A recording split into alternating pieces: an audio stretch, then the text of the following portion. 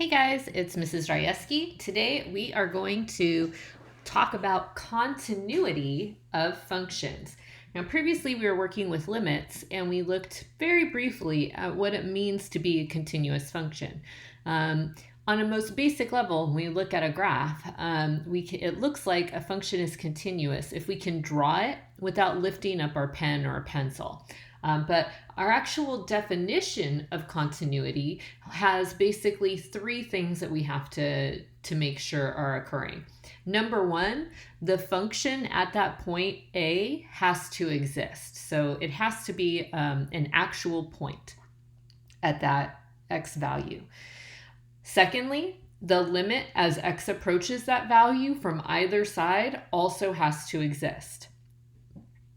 And then finally, they also have to be equal. So the value of the function at that point A must also equal the limit of that function as it approaches A from both directions. So all three of these things have to occur for a graph to be considered continuous at that point. If any one of them fails, then the function is called discontinuous at that point.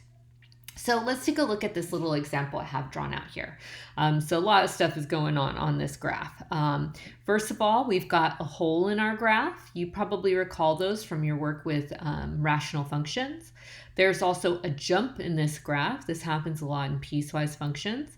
And then there's also a break in this graph where there's like some asymptotes. And we've seen that in rational functions, our trigonometric functions. So we've seen them a lot in a variety of places. So let's first talk about the x value a here, some number a. So basically at A, the limit does exist. So as I'm approaching A from the left and the right-hand side, they both seem to be approaching the same value that's right here. So the limit exists. However, there's a hole, which means f of A does not exist. It skips right over that point. So because there is a hole, this is considered a discontinuity. Now, a hole is a special kind of discontinuity. We call it a removable discontinuity because if we just took a point and said let x equal a, and when it does, it would be this value, which I don't know, looks like 2. We could fill that gap in and then we would have a continuous function. So because it would just take one simple redefinition of the function to be able to fill that hole, this is a removable discontinuity. We could actually remove that discontinuity from our graph. Now let's go ahead and talk about B. What's happening at this graph at B? Well, we're coming along approaching B from the left, and it looks like my output is going to be about 1, right? But when I come at B from the right, it looks like I'm approaching the y value of 2. So there's this great big gap here in between. So our limit does not exist at this point because the left-hand limit and the right-hand limit don't match. So we are definitely not making option 2 here happen. Now, f of a does exist, or I should say f of b does exist, because when x is equal to b, our y value is 2. So that does exist. However, because the limit doesn't exist, f of b does not equal a non-existent limit. So because we failed option 2, we're automatically going to fail option 3. In this case, we do not have a continuous function. Now, a jump discontinuity has a special name. It's an essential discontinuity. And this type of discontinuity is not easily fixed just by plugging in a hole. So even if I did plug in a value here for y when x is b, I would still have a big old gap right here, and I'd have to use an infinite number of points to fill this gap. So it's really not an easy fix. So we can't just remove that discontinuity. This one is essential. It is what it is. Now let's talk about C. This is a break in our graph. So I'm like trying to draw this thing. There's no way I'm be able to draw it without picking up my pencil and starting over again. So at C, the limit as we approach C from the left-hand side is positive infinity. The limit as we approach C from the right-hand side is also positive infinity. So the limit as x approaches c does exist. It's positive infinity. However, option 1 here, the first thing that we have to make, this first condition that has to be true, that f of a exists, or in this case, f of c exists, it fails because there is no point for x being c. There's no point on here where I can say, oh, okay, there it is. It just doesn't exist. So because we fail condition 1, we're automatically going to fail condition 3. Even though the limit did exist, it was positive infinity. This is not a continuous function. And again, this is also called an essential discontinuity. There's not going to be an easy point that I could just redefine this function as to like fill in the hole. Even like I couldn't let c, like if x is equal to c, y is equal to what? Infinity. That's what it would have to be in order to meet condition 3. That's impossible. I've never even seen a function like that. So there's no easy fix to this discontinuity. It is essential. So those are the 3 types of discontinuities that you're likely to see. So removable discontinuities are the holes, and essential discontinuities are the jumps or breaks. A removable discontinuity is removed by defining a new function based on f, but which is continuous when x is equal to a. Now, that sounds really fancy, but it's important because you're going to be asked to remove some discontinuities. And basically, that just means, hey, you're going to redefine the function so that x equals that value where the hole is actually taking place. Okay? We'll do an example like that, so don't freak out. So here we go. Essential discontinuities are breaks or jumps in the graph that we cannot just redefine. We talked about that already. So here we've got this removable, this is a removable discontinuity. We can redefine the function where x is equal to 4 so that it fills the gap for us. Okay, but here, this is an essential. I can't just fill the gaps here because I still have all this space here. So here we go. Example number 10. This is just our continuing notes from our notes that we've already done on limits. So let's discuss the continuity of this function. F of x is equal to 1 divided by the quantity x plus 5. So I always suggest that you sketch out the graph so you've got a better idea of whether you've got a hole or a jump, what's actually going on there. So that's what I'm going to do. We're going to go ahead and jump to the graph of this function real quick. Oops, let's pull it up. Here we go. So here we've got our graph. Y is equal to 1 divided by x plus 5. It looks like this. And we can see that where our denominator, the value that's going to make our denominator equal 0 would be -5. So you can see that there's like this asymptote, right, that's taking place. So I'm going to go ahead and just steal this graph and pop it over to our problem. I'll resize that for us. Sweet. So here we've got this lovely graph. Now, what kind of discontinuity does it look like is happening here? Is this a removable discontinuity? Could I easily just pop in a point and then suddenly we've got a continuous function? No. This looks like an essential discontinuity to me. We're not defined at x equals -5. So let's write that down.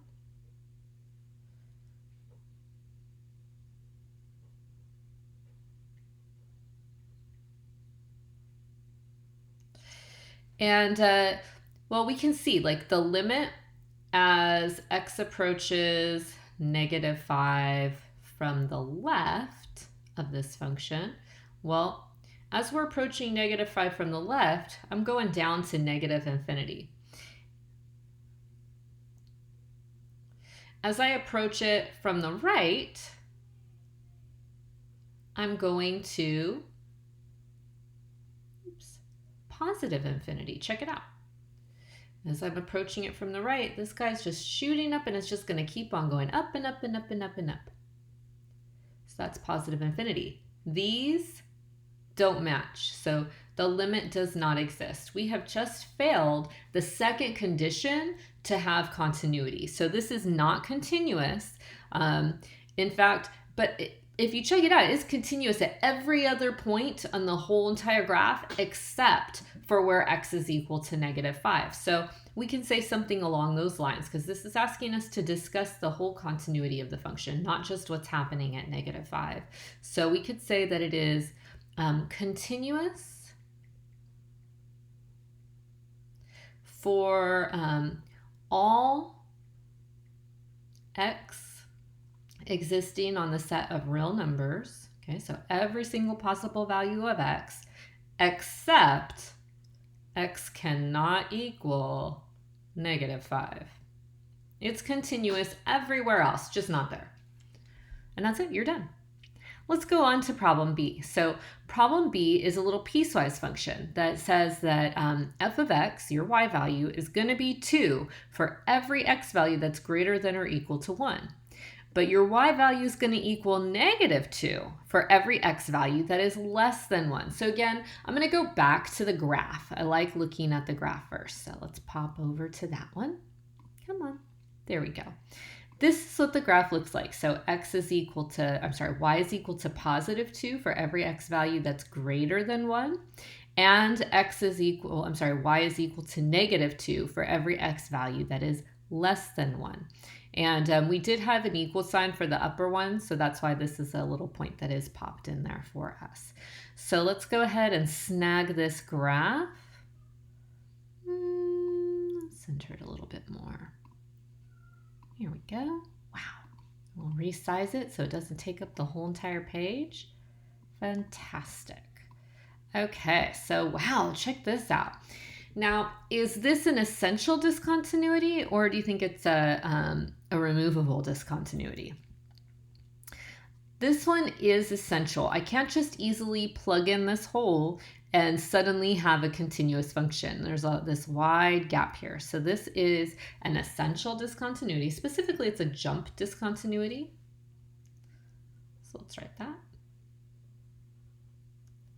And where does that discontinuity occur?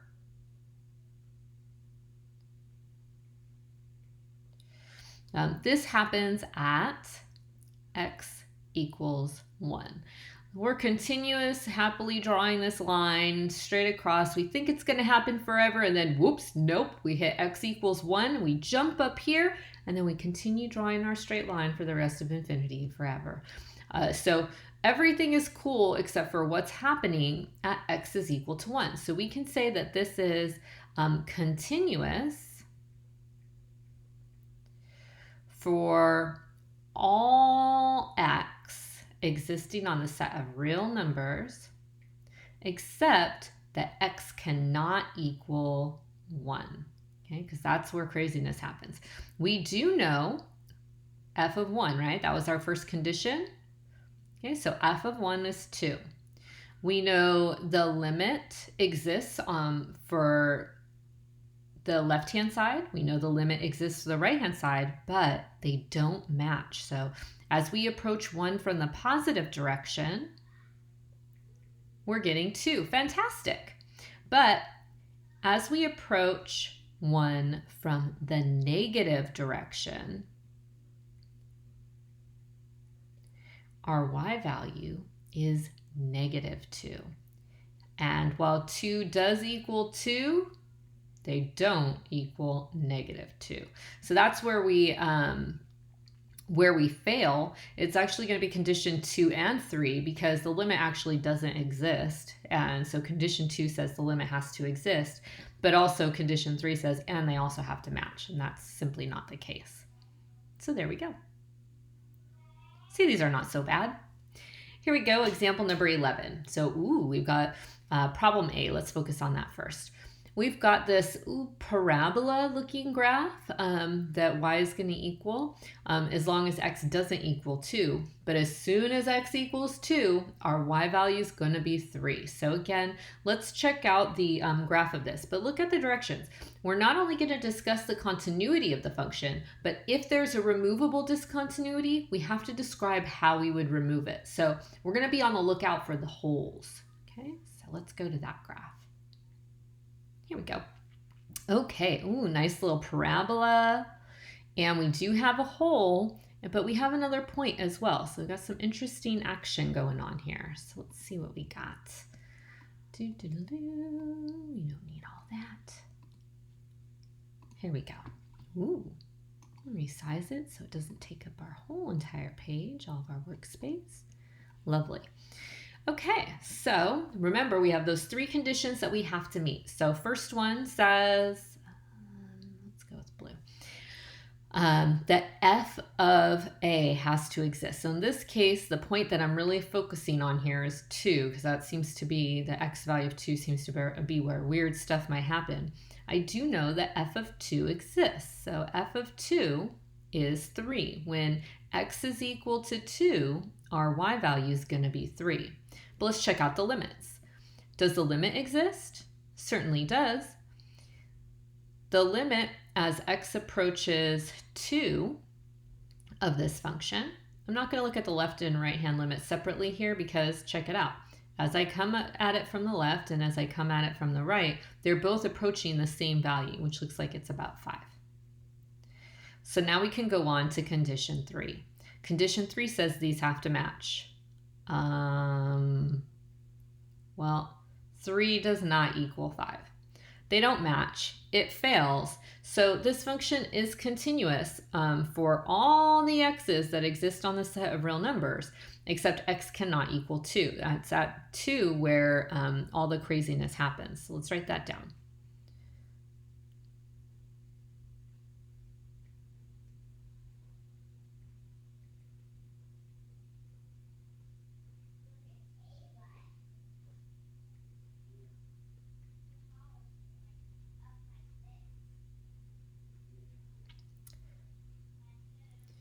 Now, let's discuss that removable discontinuity. Is it removable? Yeah, absolutely. If I just plugged this point in right here, then I would have a continuous function. I'd be able to draw my parabola without lifting up my pencil. So if I want to remove this discontinuity, I have to define f of x to equal, well, what's this y value? 5, right?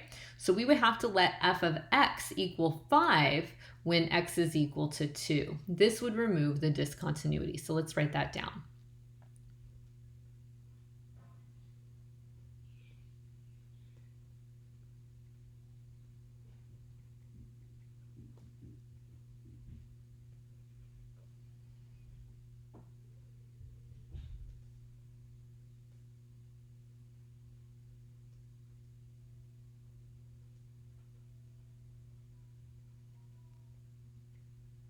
And that's it. That's how we describe how to remove the discontinuity. We basically just say, hey, the point really ought to be 2, 5. Okay. So let's check out problem B. We've got, the sine of x divided by x when x is not 0. But when x is 0, y is going to be 0. That's a lot of zeros. Let's check out the graph. Here we go. So I've got the sine of x divided by x graphed. It's a lovely graph. But we do have a hole here because that says that this is the graph everywhere that x is not 0. But when x is 0, we're going to have this point right here. I love sine graphs.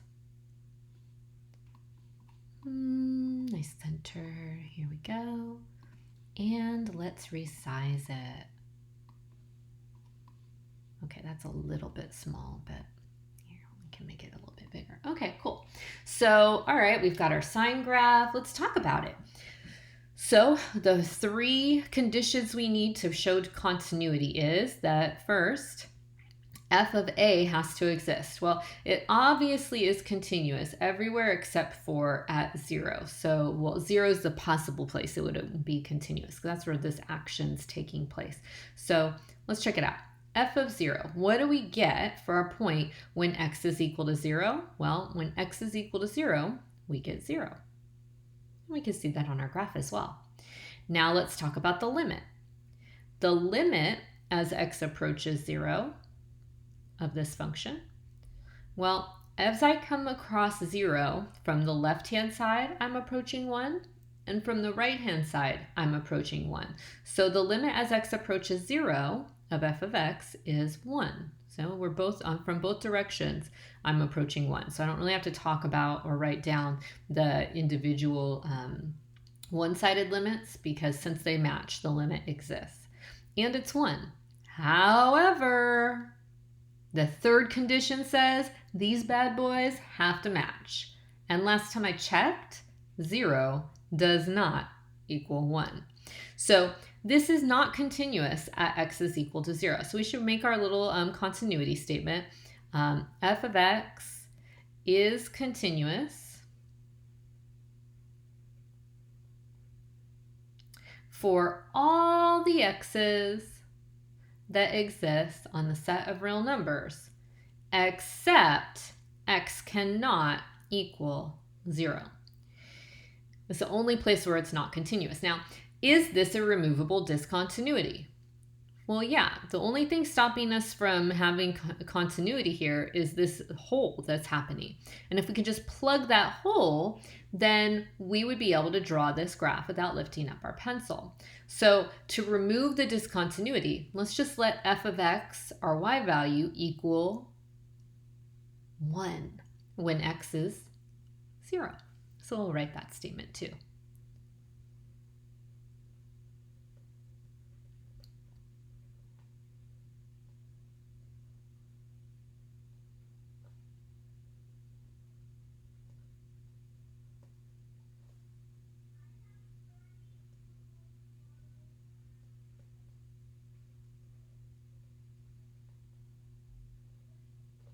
And there we go, removing discontinuities.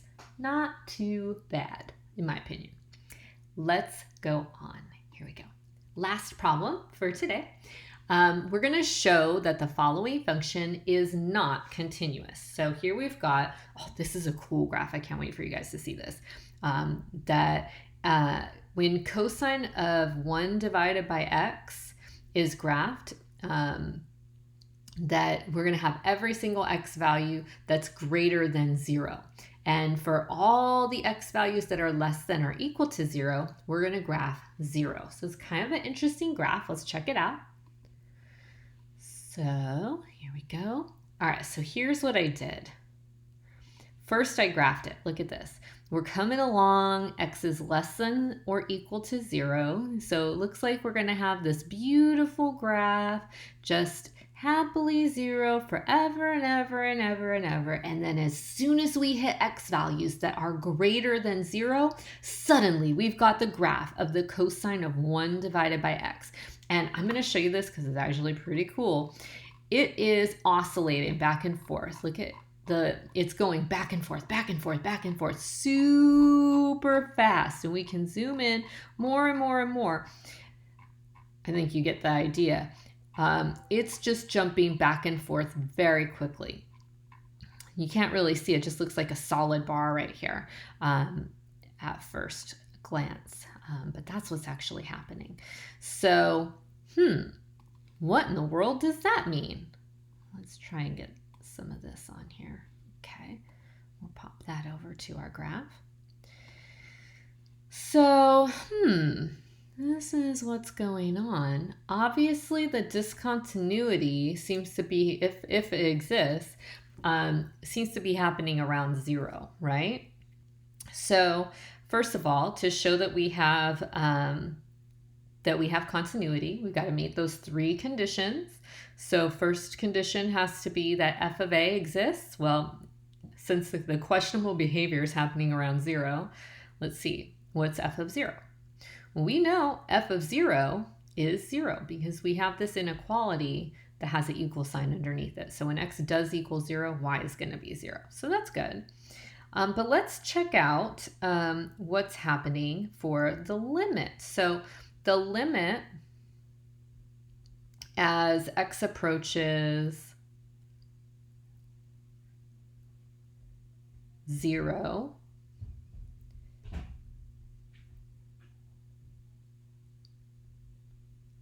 from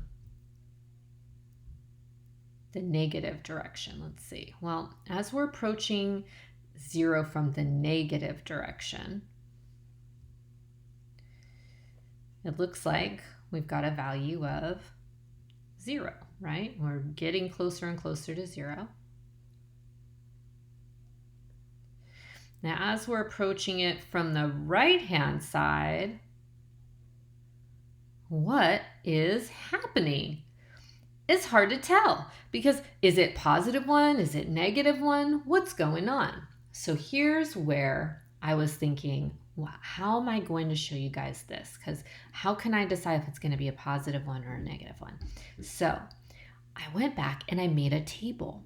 And check out my table as I'm approaching 0 from the positive side. So I'm really, really, really, really close to 0 here. I'm at 0.9367. Okay. Now I'm getting slightly further away and I'm at negative. And then slightly further away and I'm at a negative. Slightly further away. Wait, what? Now I'm positive. And then positive. And then negative. And then positive. And in fact, I can add another 0. And now it's negative. And I can add another 0, still negative, add another 0, and I'm positive. This happens because the graph is oscillating so quickly. That's why it looks like it's a solid here when it's not really. It's just jumping back and forth.